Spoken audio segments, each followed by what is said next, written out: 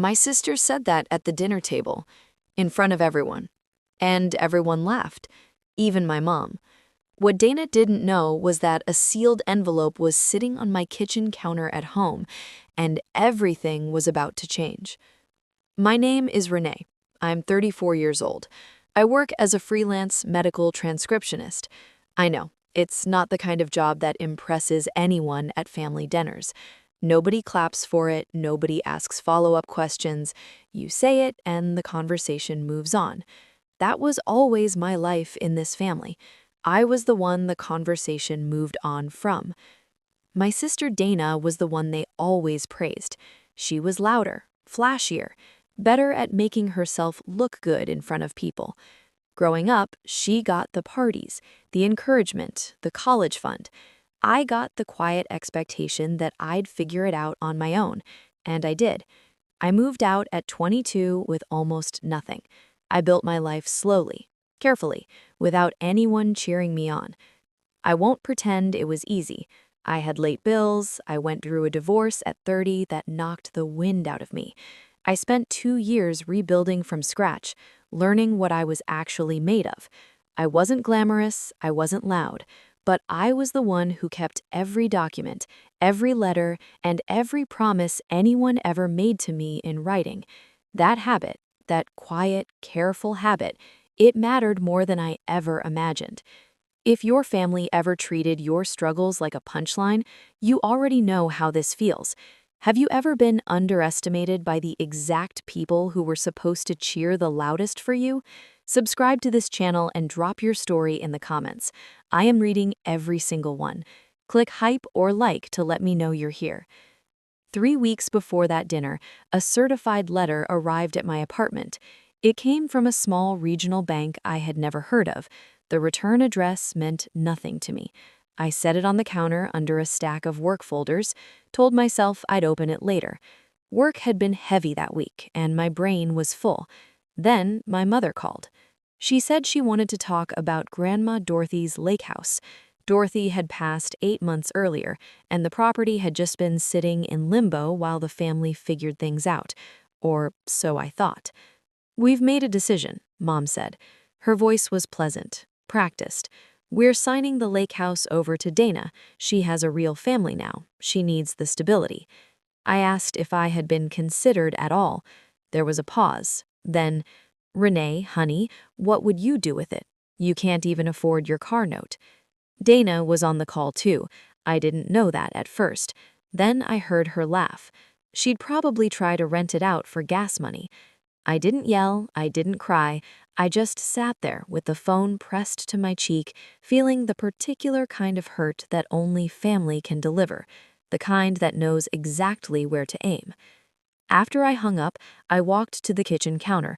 I pulled the certified letter out from under the pile. I opened it slowly. It was formal, professional. It referenced an account held under my grandmother's name at that regional bank, and at the bottom of the first page, in clean, printed type, it listed the sole beneficiary of that account. My name, Renee. I read it 3 times. Then I sat down. I didn't call anyone, I didn't say a word to Dana or my mother. I just found the bank's phone number and quietly set an appointment for the following week. That night, while Dana was probably celebrating, I sat at my kitchen table reading a letter that changed everything I thought I knew. The family dinner happened about a week after that call. That's when Dana made her comment about me being broke and desperate, and everyone laughed. I was already sitting with what I knew. I let them laugh. At that same dinner, Dana announced she had already contacted a realtor about the lake house. She said it like it was settled, like it was already hers. I took a breath and said quietly that I might have a legal interest in the property worth looking into. Dana looked at me across the table and laughed out loud. "Based on what? Your vibes?" My uncle told me to let it go and be grateful for what I had. My mother nodded along. I went quiet. They took that as surrender. They were wrong. A few days later, I noticed I hadn't been added to a new family group chat. I found out through my cousin, who texted me asking what time I was arriving at the lake house for the family trip. I didn't know there was a trip. I texted Dana directly. Her reply came fast. "It's not really your space, Renee.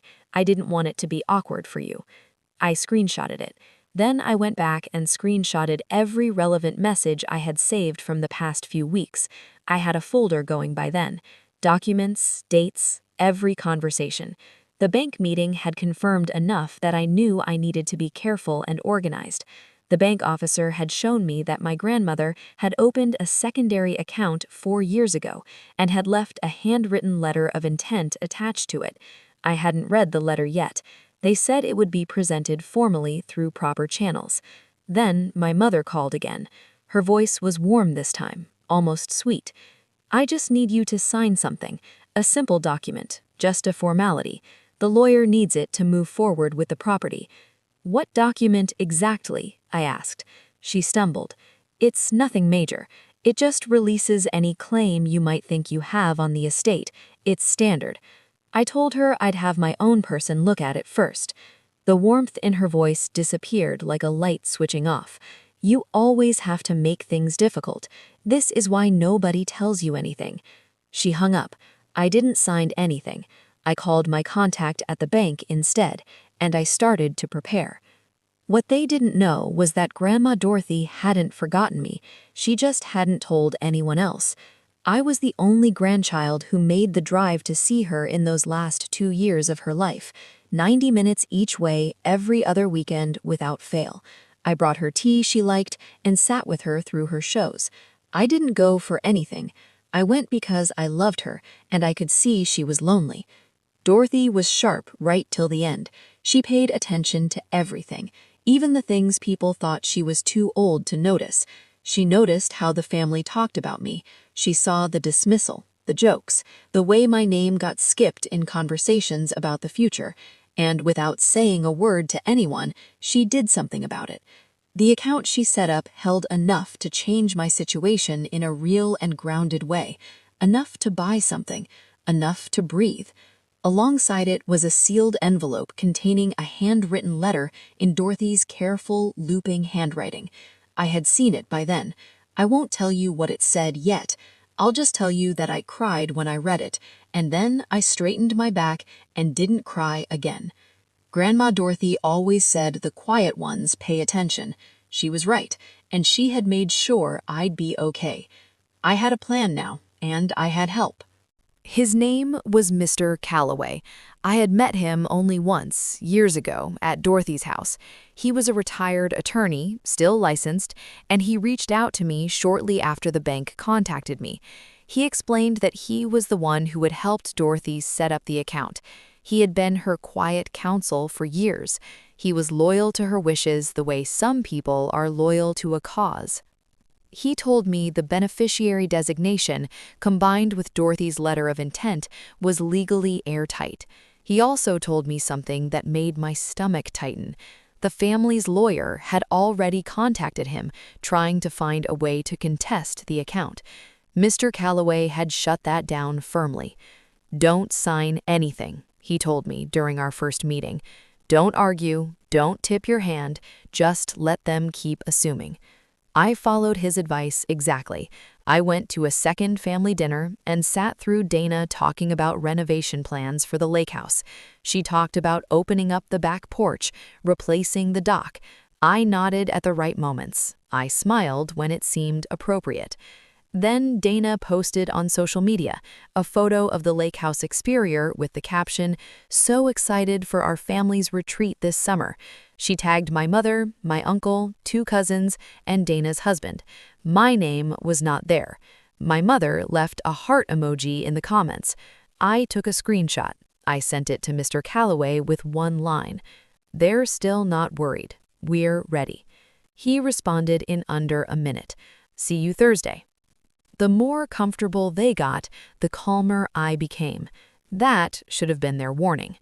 Mr. Calloway scheduled the meeting and framed it to the family as a routine estate clarification appointment, something about finalizing Dorothy's remaining assets before any property transfers could be recorded. The family didn't hesitate.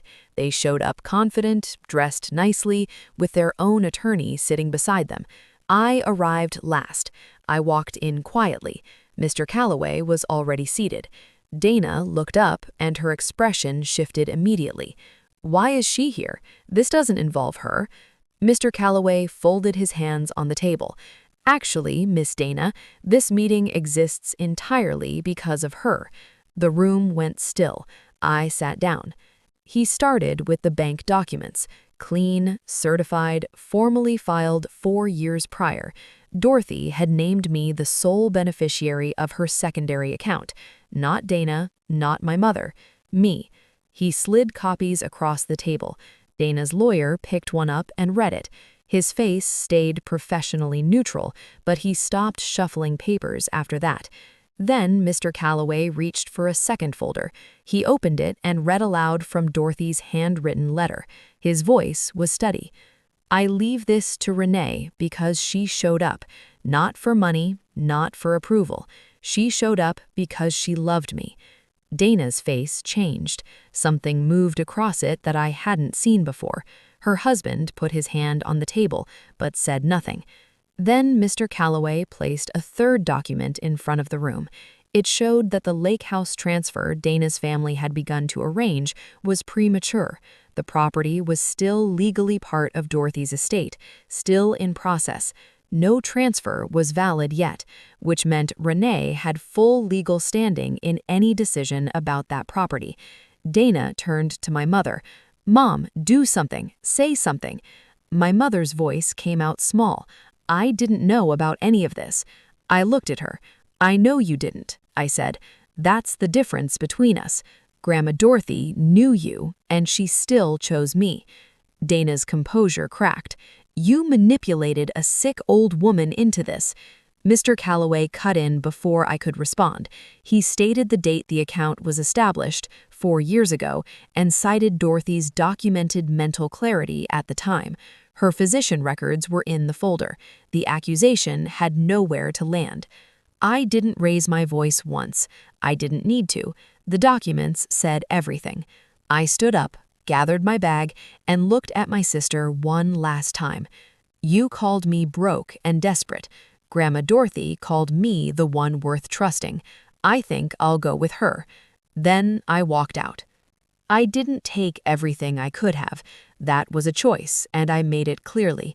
Through Mr. Calloway, I accepted the bank account and my legal standing in the lake house decision. Rather than fight over the property, I proposed it be appraised and sold, with proceeds distributed according to estate law. The family had no legal ground to refuse. They didn't refuse. The messages came in over the following weeks, first defensive, then quieter, then something closer to an apology, though not quite. Dana wrote that she hadn't realized how things looked from my side. My mother said she was sorry for the car note comment. I read each one. I took my time before responding. I was gracious, but I didn't rush back into anything. Some doors, once you see what's on the other side, you walk through differently. I used part of the inheritance to pay off the debt that had been following me for years. I started a savings account for a place of my own. Nothing dramatic, just solid ground, finally, under my feet. When everything was settled, I drove to the cemetery. I brought Dorothy's favorite flowers, pale yellow ones, and I sat beside her grave for a while without saying much. I didn't need to say much. She already knew. Grandma Dorothy didn't just leave me money, she left me proof that being seen, even by just one person, is enough. Has your family ever tried to cut you out of something that was rightfully yours? Maybe a property, an inheritance, a decision that should have included you. If that's your story, I want to hear it. You deserve to be heard. Subscribe to this channel and share what happened in the comments below. This community shows up for people who have been overlooked, and you belong here. Click hype to help this story reach others who need it. Standing up for yourself is tough, especially when it's family on the other side of the room. If you've been there, subscribe and become part of this community. Let me know this story helped by clicking hype, and tell me where you're watching from. I love seeing how far these stories travel.